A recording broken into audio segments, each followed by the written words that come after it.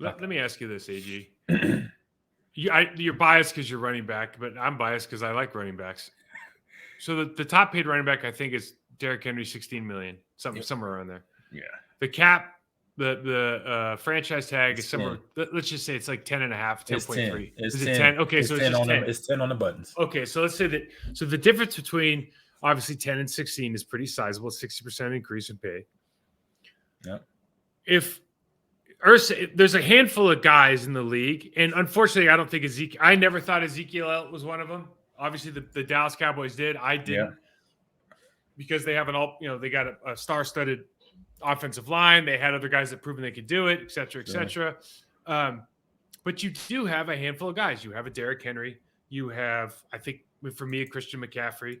I think you have a Nick Chubb, and you have a Jonathan Taylor. So, and I don't know if there's another guy in that conversation you know more than I do that it's at like the elite level. No, Saquon. Saquon. Sorry. Okay. So 5 guys, including Saquon, that are different. They're just different than they're different than they're better than every other damn running back. Mm-hmm. For those elite guys, and this probably goes for all positions, but because we're talking about the 60% difference, for those elite guys, like whether you like it or not, whether it's good business or not, whether you think you're going to win the Super Bowl with the guy or not, like the Colts aren't winning the Super Bowl.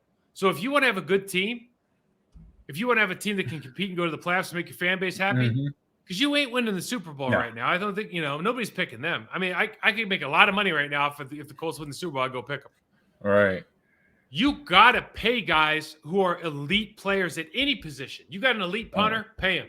On your team. You got an elite cornerback, pay him. You got an elite guard or running back, pay them. Yes. Because you're just not that many around. When I was playing guard, I thought I was a really good guard. I knew Steve Hutchinson. Like I could count on 1 or 2 fingers guys I thought were better than me. Yeah, Steve Hutchinson was better than me.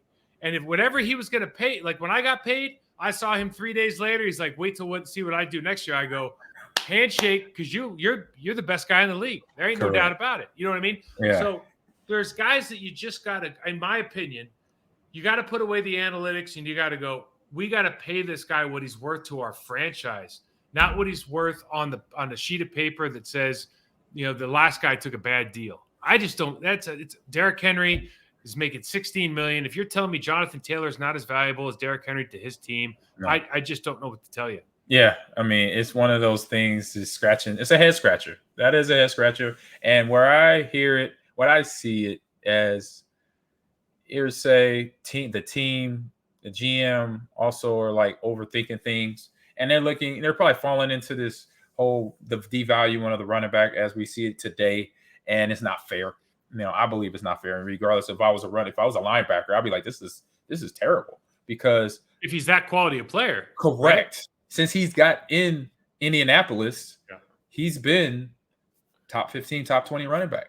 Okay, let's do this, AG. Mm-hmm. I think Tony Pollard's a good player. He's nowhere. He's not as valuable to his team as Jonathan Taylor.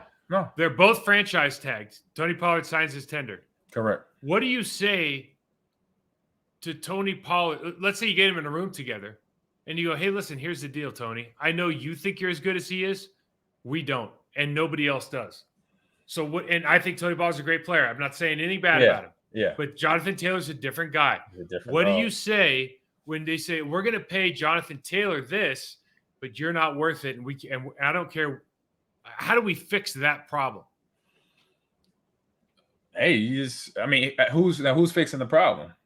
Well, listen, I mean, it's just like in the NBA, they maxed out the salary, and but like, who's like the highest paid player in the league is not who you think it is. No. You know what I mean? And so the same thing. And like, if you go and look at Barcelona Football Club right now, the top paid player this year is Frankie de Jong. Frankie de Jong's a great player. He's not the best player on the team. Correct. And you know what I'm saying? He's making a lot more than the next guy by like $10 million a season. And so my point to this is it's a hard – the NFL is hard in that there's so many positions. Yeah. And you have to put priority on defensive end, defensive cornerback, left tackle, and quarterback. That's just been the way. That's how you build through the draft. And then, blah, blah, blah. Everybody else is important. But, okay, I don't know how to say if my best player on my team is Saquon Barkley, Saquon should be making the most money. Well, we got to pay Daniel Jones the most money. The second most money. Well, we got to, Eli, we got to play another cornerback or somebody. No, you make it a priority. At what point do you go, shoot, I got to make him like the second? He's got to be a top 3 guy on my team because he's the number 1 guy. Is at the point when if you don't have that guy on your roster, that team's not going to move. That's the point. Yeah. When you say, if I subtract him from the game day roster for 17 games, I know in my gut it's a problem. So you know what? Okay, insert him. What we got in the cap? Okay, let's do the math. Let's make the number that's gonna make him happy. That's the point. I got it now. I processed through that. Here's what I think they should do because you're right, but they won't. They obviously wouldn't do that because it doesn't help them. Right? Yeah, because sometimes it's the simplest things, and we already know how that goes Here's what I think they should do. They do this in the MLS.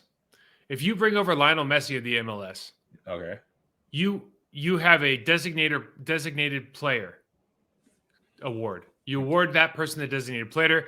They count for $612,250 or something like that against the cap, and you can pay them whatever you want. Wow. And so in my opinion, each NFL team should have 1, maybe 2 designated player awards that they can give a player for the life of that contract, not a year, for the life of that contract. Yeah, give if it's a quarterback, and they just say, this is going to count. This is going to count X amount of dollars. Maybe it's the franchise tag number in the case of the running back. Maybe it counts $10 million. But we're going to pay this guy whatever we think he's worth, and we're going to pay him $10 million for selling PSLs. We're going to send whatever it is. Right. But we're gonna figure out a way to make this right. I like that. I think that owners. I think not every owner, but I think a lot of owners would go for that. Yes. And I think the NFLPA would go, we're starting to do something that makes sense.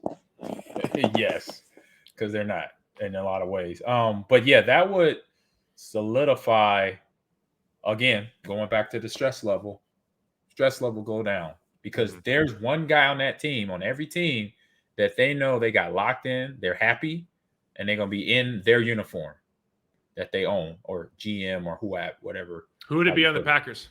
Who's the designated player on the Packers? Ooh, great question. I think it's only one guy. I think it's easy. I think it's only one guy, but I might be wrong. You tell me. Hold on, let me look at the roster here. Oh, what the one guy? Who's the one guy? Who's the one guy on your team you literally cannot lose? Oh, right now, Kenny Clark. On the Jaire Alexander. I knew it was defense. It was defense because those were the best players right now. Kenny's great, but like Jaire Alexander. Yeah, I guess yes. Last year to me proved that it was like, I don't care what he wants, you just got to give it to him because he's so much better than anybody else they have. Like Kenny's really, really good. It's probably an apples to apples conversation. Yeah, with them too, in terms of their influence on the defense. Yeah. They're just, but you see Kenny Clark and I go, well, Rashawn Gary's better than Kenny Clark when he's healthy. To me, like he's a scary dude, right? You know what I mean? And maybe in a different way, but they're as effective. There's just, Zaire, he does got that extra thing. I think back in the day it might have been Bakhtiari, before the injuries and everything. But yeah, it'd probably be an interesting exercise because you're not necessarily freeing up cap space because you still have to charge something like a franchise worth or something. But you just go, here's a little extra for being really good.